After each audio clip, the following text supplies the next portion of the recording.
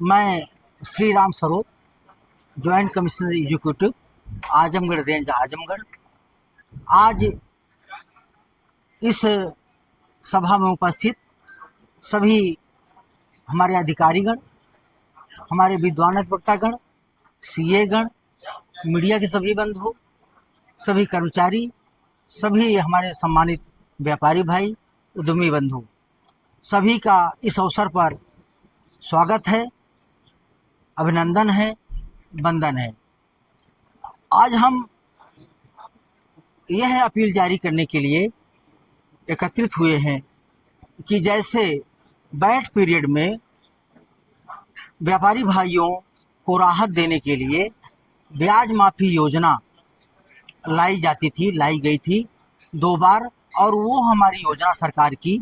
सफल रही है। हमारे सुझावों से, व्यापारी भाइयों, विद्वान वक्तागण के सुझावों से जीएसटी काउंसिल में सुझाव दिए गए, सरकार के सामने रखे गए, तो उन सुझावों के मद्देनज़र जीएसटी काउंसिल के द्वारा भी और माननीय मुख्यमंत्री जी जो बहुत बहुत धन्यवाद के पात्र हैं कि व्यापारी भाइयों के लिए कितना उद्यत हैं, कितना प्रतिबद्ध हैं, उनके हितों के लिए कितना चिंतित हैं, उसके मद्देनज़र माननीय मुख्यमंत्री जी की प्रेरणा से, माननीय प्रमुख सचिव महोदय की प्रेरणा से, माननीय हमारे आयुक्त राज्यकर महोदय की प्रेरणा से जो ये एमनेस्टी स्कीम लाई गई, जिसमें जो कर की राशि है उससे कहीं ज़्यादा या उसके बराबर ब्याज और अर्थदंड की राशि है, तो माननीय मुख्यमंत्री जी जो किसानों के साथ साथ व्यापार जगत के लिए, व्यापारी भाइयों के लिए प्रतिबद्ध हैं, उद्यत हैं कि उन्हें कर का भार ना पड़े, उन्हें ज़्यादा परेशानी ना हो, उनके द्वारा यह योजना लाई गई कि ब्याज और अर्थदंड पूरा का पूरा माफ़ हो जाए। ब्याज माफ़ी योजना जो बैठ में लाई जाती थी उसमें कुछ प्रतिशत तक सशर्त छूट होती थी, लेकिन जीएसटी पीरियड में जो 17, 18, 18, 19, 19, 20 3 वर्षों के लिए जो न्याय निर्णय हुआ है उसके तहत, जैसे आजमगढ़ संभाग में कहें तो 52 करोड़ करीब है, जिसमें से 19 करोड़ आजमगढ़ में, 22-23 करोड़ है बलिया में और 10 करोड़ से ज़्यादा है मऊ में कर की राशि। ये कुल राशि हुई 52 करोड़ और लगभग 52 करोड़ 50 करोड़ से ज़्यादा ब्याज और दंड की राशि है। तो सरकार पूरे प्रदेश के लिए जिस प्रकार से प्रतिबद्ध है, वही प्रतिबद्धता हमारे आजमगढ़, मऊ, बलिया जनपद के लिए भी है कि हमारे व्यापारी भाइयों को ब्याज और अर्थदंड से मुक्ति मिल जाए। इसके लिए हमारे विद्वान वक्तागण, हमारे व्यापारी भाइयों ने 3 महीने से अहरनिश प्रयास करके सफलीभूत किया है कि आज अगर हम एक विद्वान वक्ता से पूछते हैं कि क्या स्थिति है, तो बताते हैं कि लगभग 100% या कुछ ही बाकी हैं। तो ये रेशियो हमारा मोर देन 90% जा रहा है। ये बहुत बड़ी बात है जो सरकार की इस योजना का लाभ उठाने के लिए हमारे व्यापारी भाई प्रतिबद्ध हुए हैं, उद्यत हुए हैं। और इसमें जो सबसे बड़ी बात है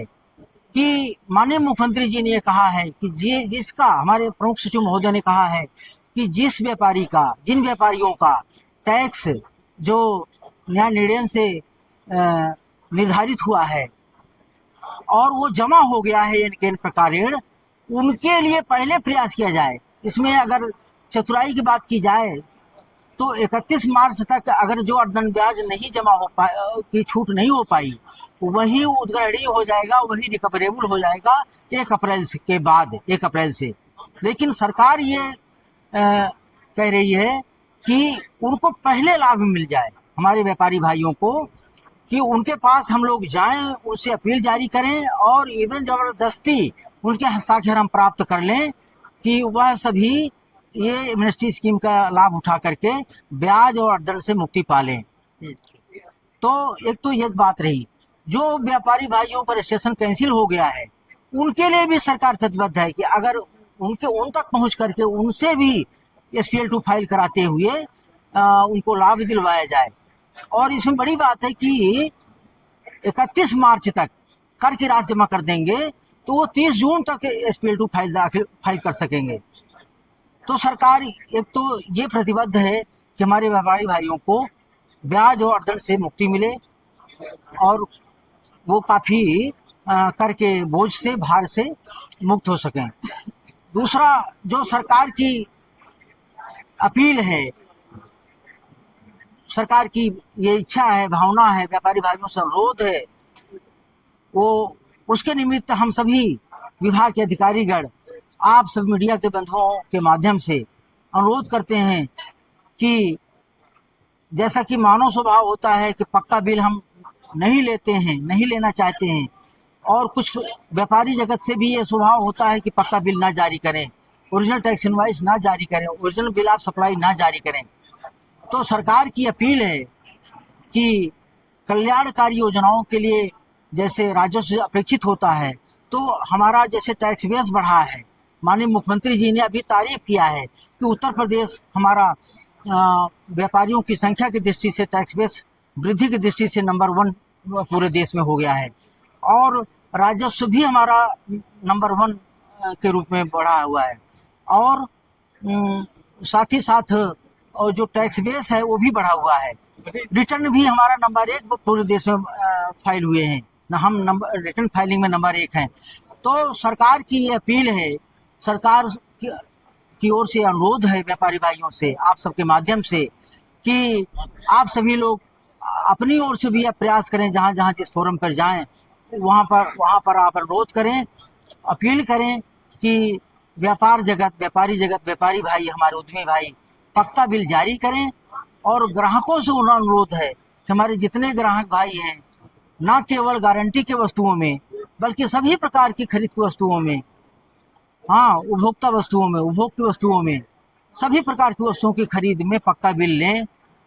और पक्का बिल जारी करने के लिए विक्रेता भाइयों को मजबूर करें। और इसके निमित्त जो व्यापार स्थलों पर स्टिकर चिपकाए जाने की योजना चल रही है, केवल इसी बात के लिए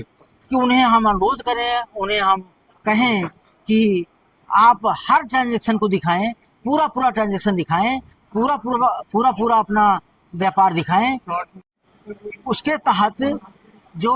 जीएसटी पीरियड में 17, 18, 18, 19, 20 में न्याय निर्णय हुआ है, एडजुडिकेशन हुआ है, उसके तहत जो कर, ब्याज और दंड की राशि पूरे प्रदेश में व्यापारियों पर लगी है 3 वर्षों के लिए, उनमें से कर की राशि जमा कर दें तो ब्याज और दंड की माफ़ी 100% करा दी जाए, और उसके निमित्त 31 मार्च तक जो कर की राशि है सब जमा कर देंगे।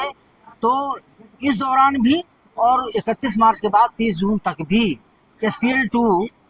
का प्रोसेस अपना करके उसको भरने का जो प्रोसेस है वो अपनाते हुए वो ब्याज और दंड के भार से मुक्ति पा लें।